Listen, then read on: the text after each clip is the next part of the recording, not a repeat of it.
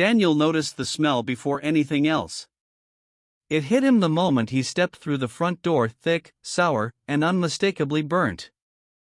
Not like food left too long in the oven, but something deeper, heavier, something that didn't belong in a quiet, empty house.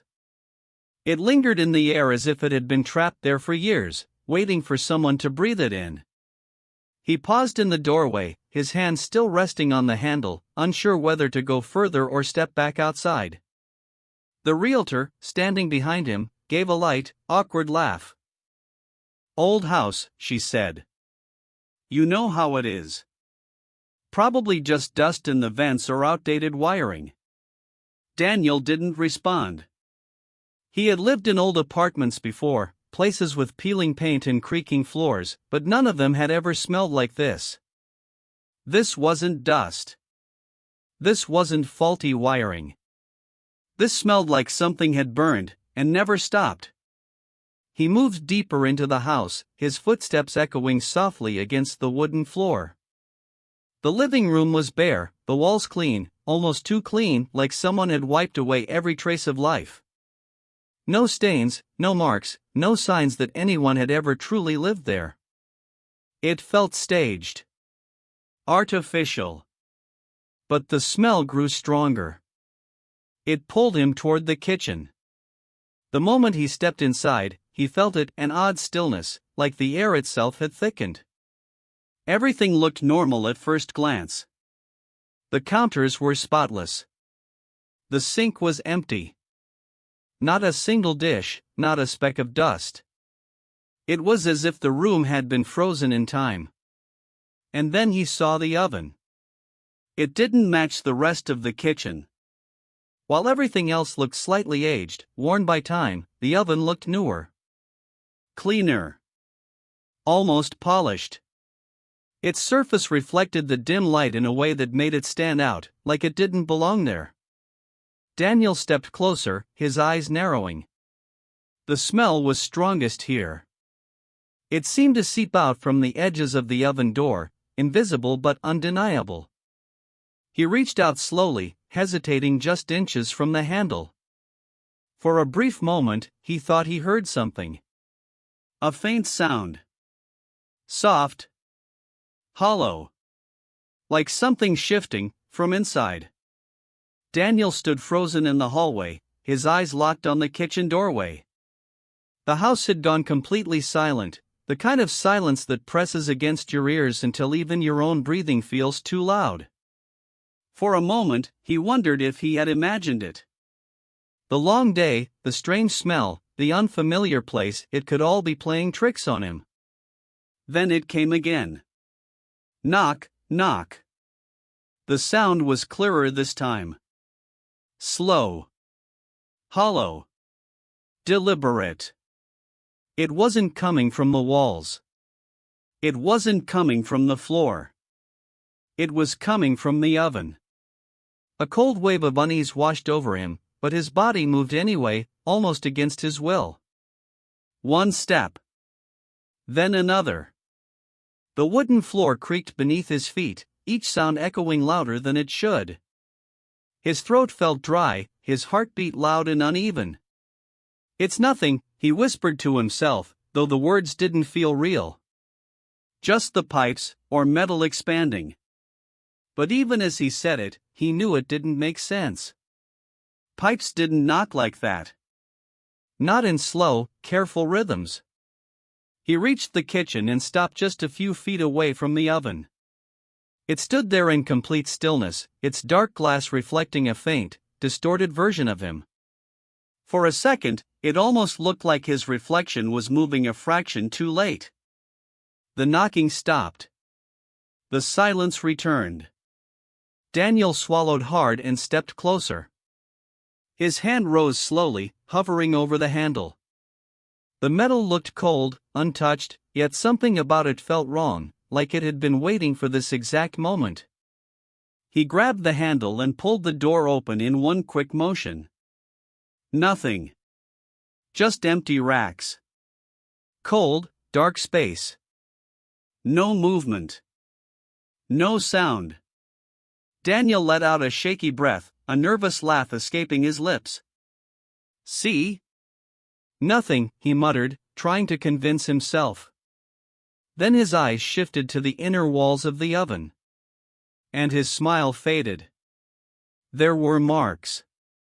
Long, jagged streaks scorched into the metal, like something had clawed desperately from the inside. The lines overlapped, chaotic and uneven, as if whoever made them had been panicking, trying to escape. Daniel leaned closer, his chest tightening. The oven door suddenly slammed shut on its own. He stumbled back in shock, his heart slamming against his ribs. And from inside, barely louder than a breath, a voice whispered, "Don't leave me." Daniel barely slept. Every time he closed his eyes, he saw those marks inside the oven, long, desperate scratches that didn't feel old at all. By morning, the smell hadn't faded. If anything, it had settled deeper into the house, and into him. It clung to his clothes, his skin, even his thoughts. He needed answers. The realtor didn't pick up his calls. After the third attempt, the line went straight to voicemail. That alone was enough to make his chest tighten. So he stepped outside, scanning the quiet street, until he noticed an elderly man across the road watching him from behind a half-open gate. Daniel approached slowly. "Excuse me," he called out. "Do you know anything about this house?" The man didn't respond immediately. His eyes drifted past Daniel, toward the house, and something in his expression shifted, unease, maybe even fear. "You moved in?" the man finally asked. Daniel nodded. The old man sighed, as if he had been hoping for a different answer. "There was a woman," he said quietly. "She lived there alone for years. Kept to herself. Didn't talk much to anyone." "What happened to her?" Daniel asked, his voice lower now. The man hesitated. "One night, people started smelling something. Burning. Strong enough that it spread through the whole street. We thought the house had caught fire." Daniel felt a chill run through him. "But when we checked," the man continued, "there was no fire. No smoke coming out of the windows. Nothing, except that smell." Daniel's hands slowly clenched at his sides. "And the woman?" The old man shook his head. "Gone. Just gone.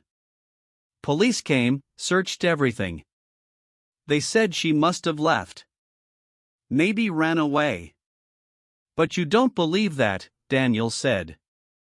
The man looked at him again, this time with a strange intensity. "No," he whispered. Because the oven was still warm. A heavy silence fell between them. Daniel's stomach twisted. "Warm, how?" The old man leaned closer, lowering his voice even more. "Like it had been used, recently." Daniel felt his pulse quicken.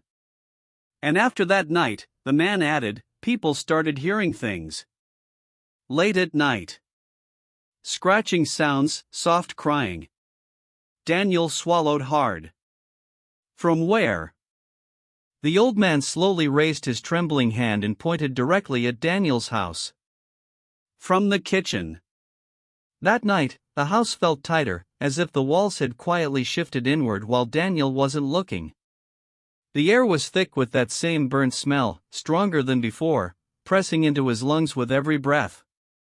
He sat on the edge of his bed, fully awake, listening. Waiting. At first, there was nothing. Then, somewhere in the house, a faint click.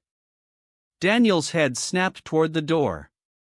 A low hum followed, soft, mechanical, steady. His stomach dropped. The oven. He rushed out of the room, his footsteps quick but uneven as he moved down the hallway. The closer he got to the kitchen, the hotter the air became. Not warm, hot. Unnaturally hot, like stepping too close to an open flame. When he reached the kitchen, he froze. The oven light was on. A dim yellow glow spilled across the floor, flickering slightly, as if struggling to stay alive. The temperature dial was turning on its own, inch by inch, clicking higher with each movement. 200. 250. 300. Daniel stared, unable to move.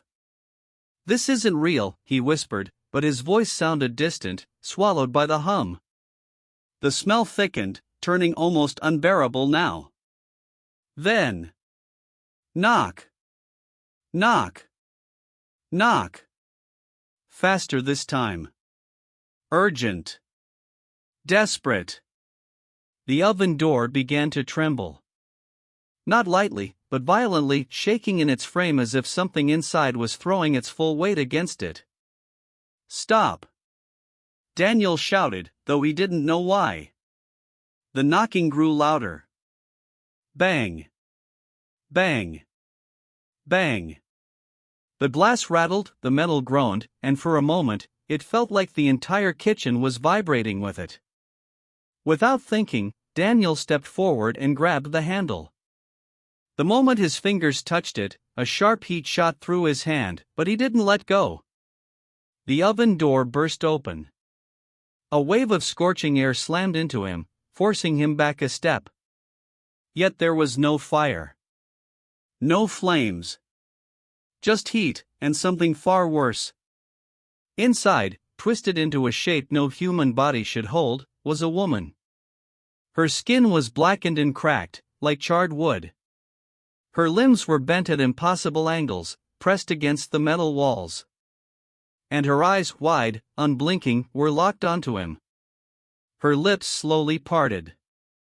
"You opened it." Her voice was dry, broken, like ash being dragged across stone. Daniel tried to step back, but his body wouldn't respond. Before he could move, her arm jerked forward, too fast, too unnatural, and her burned fingers wrapped tightly around his wrist. Her grip was impossibly strong. "Now," she whispered, pulling him closer, "you stay." The house didn't stay empty for long.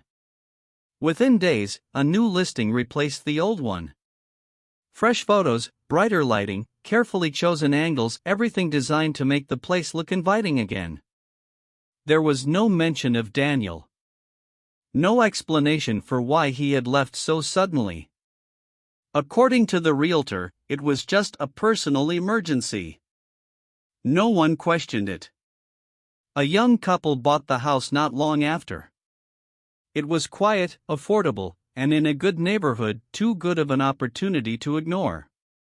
When they first stepped inside, they noticed the smell immediately. "Do you smell that?" the woman asked, wrinkling her nose.